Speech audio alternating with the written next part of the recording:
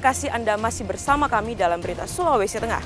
Bagi Anda yang baru saja bergabung, kami kembali sajikan 3 berita utama hari ini.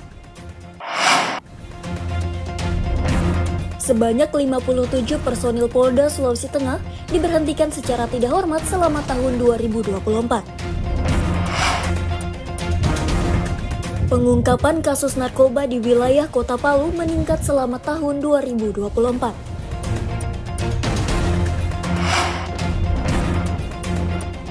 BMKG Mutiara memperingatkan warga untuk mewaspadai cuaca buruk di Sulawesi Tengah.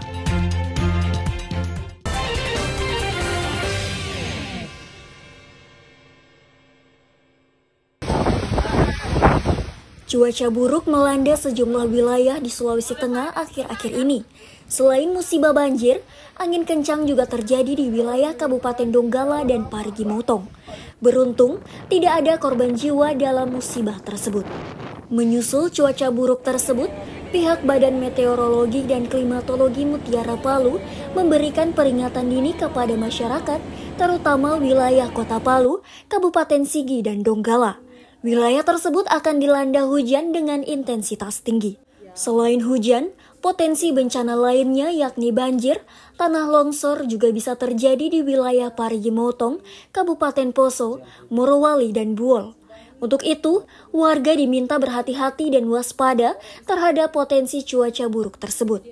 Untuk prediksi tinggi hujan itu karena sekarang masih angin baratan yang diprediksi konsisten di wilayah Indonesia dan terus menguat hingga bulan Maret 2025. Jadi karena Kota Palu ini masih masuk di wilayah ekuator, untuk wilayah Kota Palu itu sendiri masih untuk beberapa bulan ini dari Januari hingga Maret masih ada hujannya, walaupun memang kondisi cuaca juga kadang siang tetap ada panasnya juga, tapi seperti tadi hujannya itu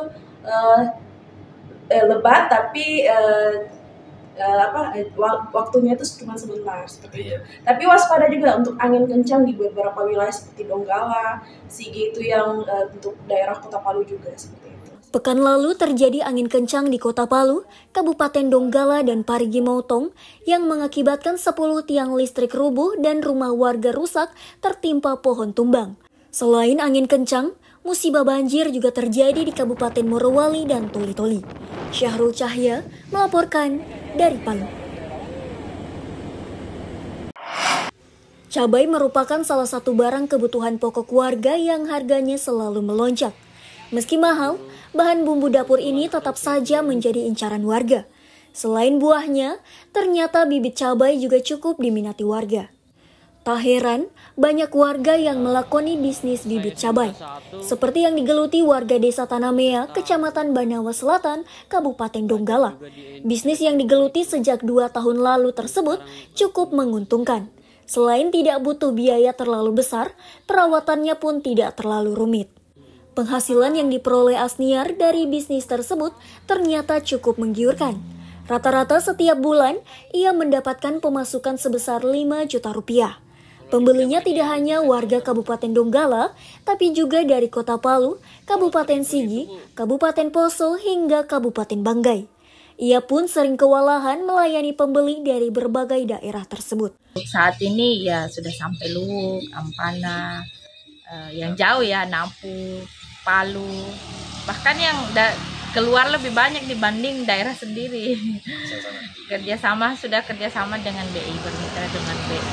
Ya pengen lihat aja bagaimana wilayah kita untuk berkembang, dan itu membantu, maksudnya secara tidak langsung bisa membantu lah masyarakat yang memang kurang mampu, maksudnya membutuhkan pekerjaan. Tingginya permintaan bibit cabai tentunya menjadi keuntungan bagi para pengusaha. Usaha tersebut bisa menjadi sumber pendapatan bagi masyarakat lokal. Namun di sisi lain, untuk menggeluti usaha tersebut dibutuhkan ketekunan dan kreativitas agar bisa menjaga kualitas bibit cabai. Bibit yang berkualitas juga akan menghasilkan cabai yang memuaskan. Julianus K. melaporkan dari Donggala.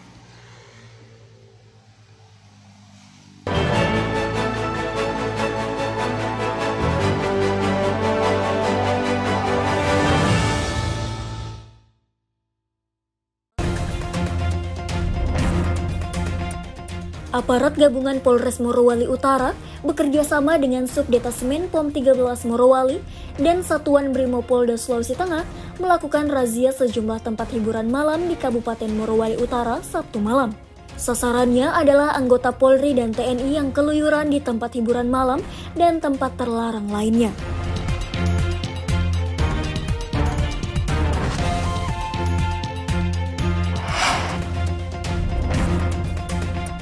Banjir bandang menerjang Desa Labota, Kecamatan Bahodopi, Kabupaten Morowali, Minggu sore.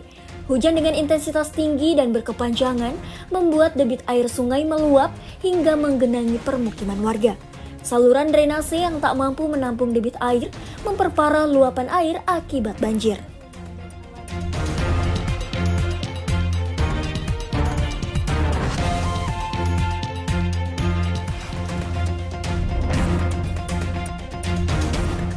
Aktivitas pertambangan di wilayah Kabupaten Donggala terus meningkat setiap tahun. Selain merusak lingkungan dan mengganggu kesehatan warga, aktivitas ini juga berdampak pada menurunnya kualitas udara.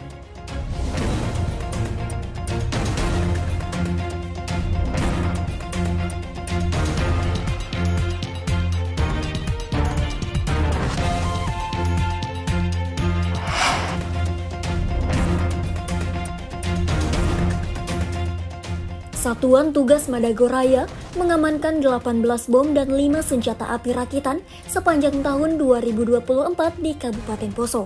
Selain bom dan senjata api rakitan itu, Satgas juga mengamankan ratusan butir amunisi aktif serta atribut organisasi terlarang.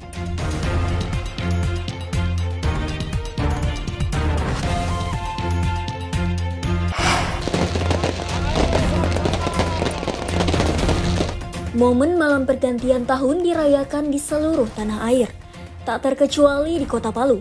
Ribuan warga memadati sejumlah lokasi strategis untuk memeriahkan malam tahun baru 2025 yang diwarnai pesta kembang api.